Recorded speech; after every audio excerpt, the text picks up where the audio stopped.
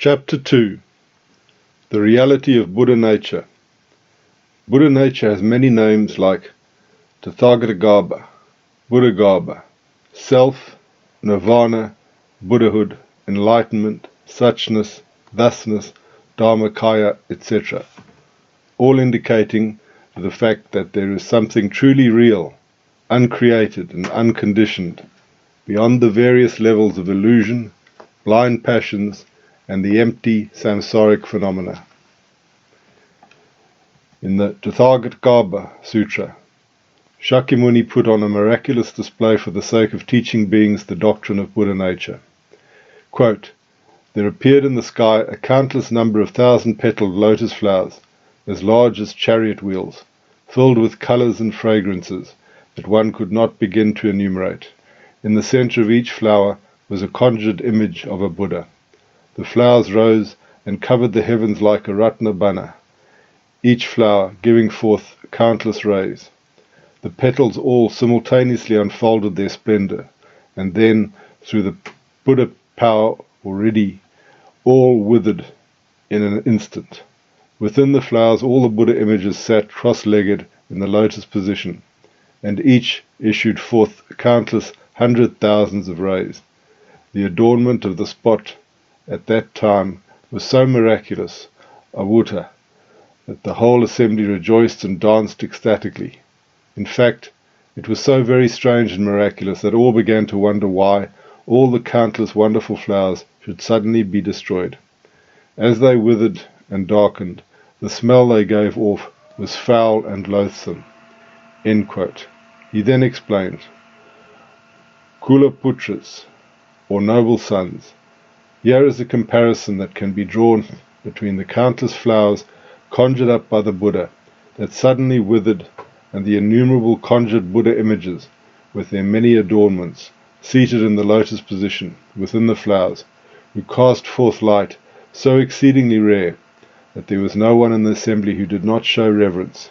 In a similar fashion, Kulaputras, when I regard all beings with my Buddha eye, I see that hidden within the blind passions or clashes of greed, confusion, hatred, and obscuration, there is seated augustly and unmovingly the Tathagata jhana, that is, the wisdom of the Tathagata or Buddha, and the Tathagata vision, and the Tathagata kaya, the ultimate body of Tathagata or Buddha.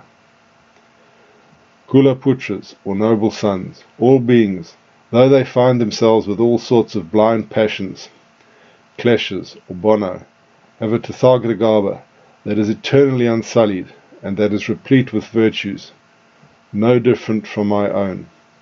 Moreover, Kulaputras, it is just like a person with a supernatural vision who can see the bodies of Tathagatas seated in the lotus position inside the flowers, even though the petals are not yet unfurled. Whereas, after the wilted petals have been removed, those Tathagatas are manifested for all to see. In similar fashion, the Buddha can rarely see the beings Tathagatagarbha, because he wants to disclose the Tathagatagarbha to them. He expounds the sutras and the Dharma in order to destroy blind passions or clashes, and reveal the Buddha Dhatu, that is, the Buddha element or Buddha nature. Kulaputras, such is the Dharma of all Buddhas. Whether or not Buddhas appear in the world, the Tathagatagarbha of all beings are eternal and unchanging. It is just that they are covered by the blind passions or clashes of sentient beings. The Buddha sees that all kinds of beings universally possess the Tathagatagarbha. It is covered by countless clashes or blind passions, just like a tangle of smelly, wilted petals. So I, on behalf of all beings, everywhere expound the Siddharma, in order to help them remove their clashes or blind passions, and quickly reach the Buddha way. I see with my Buddha eye that in the bodies of all beings there lies concealed the Buddhagarbha, or the essence of Buddha. So I expound the Dharma in order to reveal it." End quote. The display of lotus flowers that withered and started to smell badly but contained images of Buddhas inside is very easy to understand. The smelly lotuses are us, people filled with blind passions and ignorance, caught in the chains of samsaric existence. However, such wretched beings possess the Buddha nature. In comparison with the deluded personality or the false self, represented by the smelly and withered lotuses, this Buddha nature is our true reality and our true self. As Shakyamuni also said in the Mahaparinirvana Sutra, quote, non-self, that is false self or not the true self, is samsara. The self or true self is the Tathagata. End quote.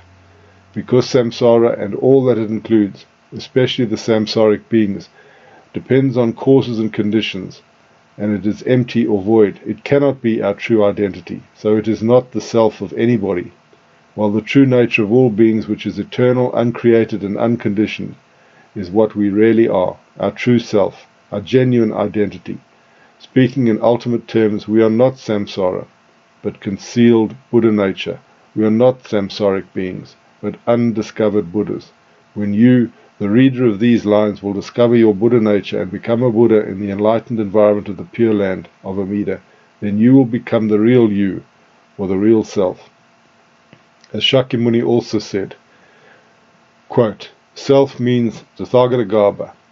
Every being has Buddha nature. This is the self. Such self has, from the very beginning, been under cover of innumerable defilements or clashes. That is why man cannot see it. End quote. The term Tathagatagarbha or Buddhagarbha refers to the same thing. Garbha means womb, matrix, essence or embryo. So the Tathagatagarbha or Buddhagarbha are translated as having the essence of Tathagata or Buddha.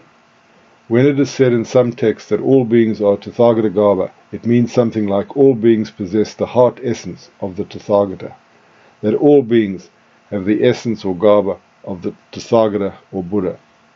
The term Tathagata is a synonym for Buddha. It is composed of Tatha and Agata, which means thus come, or Tatha and Gata, which means thus gone. This term refers to Buddha who has thus gone from samsara into nirvana, but also who has thus come from nirvana to work for the salvation of all sentient beings. Now, coming back to the Tathagatagarbha Sutra, we see that Shakyamuni makes a number of comparisons to help us better understand the truth that all beings equally possess the Buddha nature, or Buddha essence, Tathagata essence. Let us read and reflect on them. The words in brackets are my own. Quote, or Kulaputras, or noble sons, it is like pure honey in a cave or a tree, surrounded and protected by a countless swarm of bees. It may happen that a person comes along who knows some clever techniques. He first gets rid of the bees and takes the honey, and then does as he will with it, eating it or giving it away far and wide.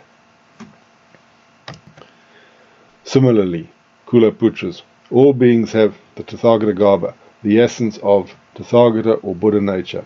It is like pure honey in a cave, but it is covered by kleshas, that is, blind passions or defilements, which, like a swarm of bees, keeps one from getting to it. With my Buddha eye, I see it clearly, and with appropriate, virtuous expedients, I expound the Dharma in order to destroy kleshas and reveal the Buddha vision, that is, help them discover their Buddha nature and its inherent Buddha wisdom. And everywhere I perform Buddha deeds for the benefit of the world. That is, Buddha helps all beings discover their Buddha nature. It is just like what happens when all the kernels, the husks of which have not yet been washed away, are disdained by someone who is impoverished and said to be something to be discarded. But although the outside seems like something useless, the inside is genuine and not to be destroyed. After the husks are removed, it becomes food fit for a king. I see that all kinds of beings have Buddhagarbha, that is, the essence of Buddha or Buddha nature, hidden by kleshas or blind passions. I preach the removal of those things to enable them to attain universal wisdom, just as I have a Tathagata Dhatu or nature of Tathagata Buddha, so do all beings. End quote. Or Kulaputras, that is, noble sons, it is like the genuine gold that has fallen into a pit of waste, and has been submerged and not seen for years. The pure gold does not decay, yet no one knows that it is there. That is, unenlightened beings cannot see their Buddha nature. But suppose there come along someone with supernatural vision, who told people, within the impure waste there is a genuine gold trinket. You should get it out and do with it as you please. Similarly, Kulaputras, the impure waste is your innumerable kleshas or blind passions. The genuine gold trinket is your Tathagata Garbha, or Buddha essence or Buddha nature. For this reason, the Tathagata widely expounds the Dharma to enable all beings to destroy their kleshas or blind passions, attain perfect, correct enlightenment, and perform Buddha deeds. Quote, "It is like a store of treasure inside the house of an impoverished man. The owner is not aware of it. For a very long time it is buried in darkness, as there is no one who can tell of its presence. When you have treasure but do not know of it, when you are unenlightened, this causes poverty and suffering. You are subject to samsaric sufferings.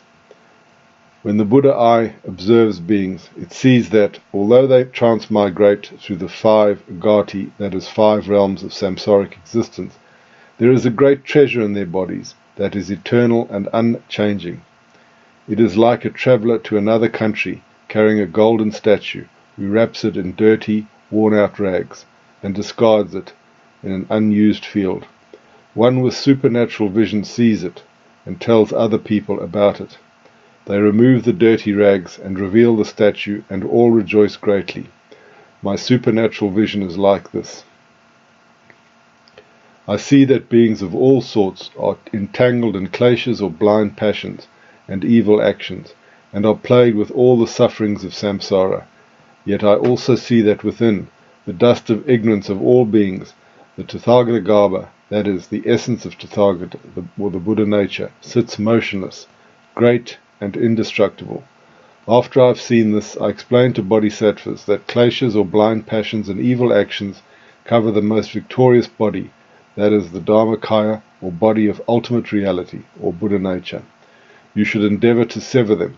We sever our blind passions upon birth in the enlightened environment of Amida's Pure Land, and manifest the Tathagata Jnana, that is, the Buddha wisdom.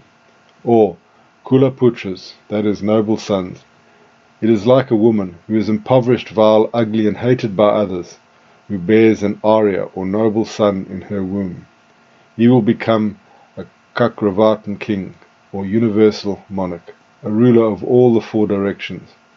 But she does not know his future history, and constantly thinks of him as a base-born, impoverished child.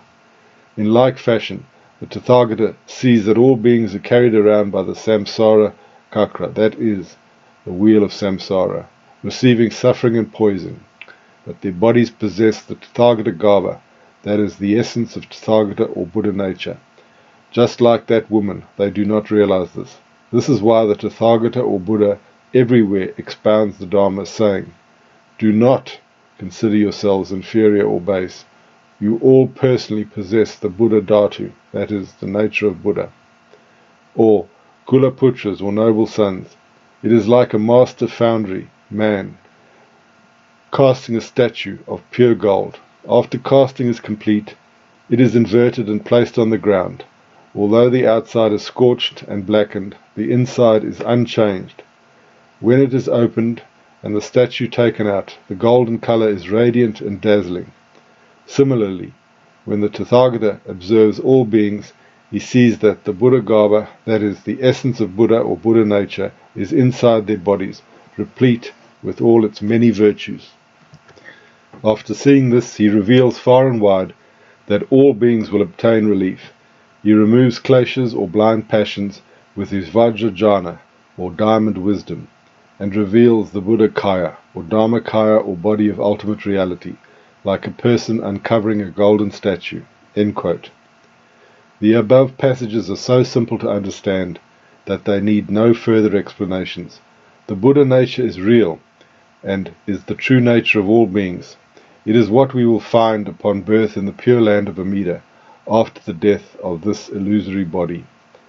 Unlike the various samsaric planes of existence, the Pure Land also called land of peace, is the soil or realm of enlightenment, the perfect garden manifested by Amida everywhere, where everything is conducive to the discovery of our Buddha nature and its inherent perfect qualities.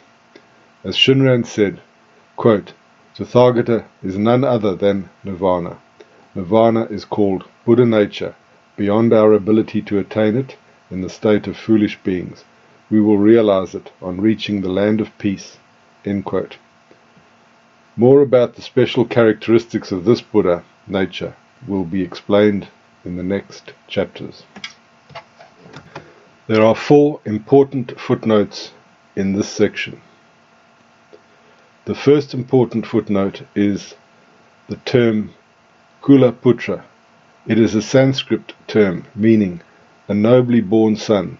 It is used frequently in Mahayana sutras to refer to devoted disciples of the Buddha. The second important footnote refers to the Sanskrit term Siddharma, which is composed of the words Dharma, or law or teaching, and Sat, or right, true, and good. The third important footnote refers to the Tathagatagarbha doctrine, or Tathagatagarbha sutras. These are Shakyamuni's collections of teachings focused on the idea that all beings have Buddha nature. The fourth and final important footnote in this section refers to the samsaric realms.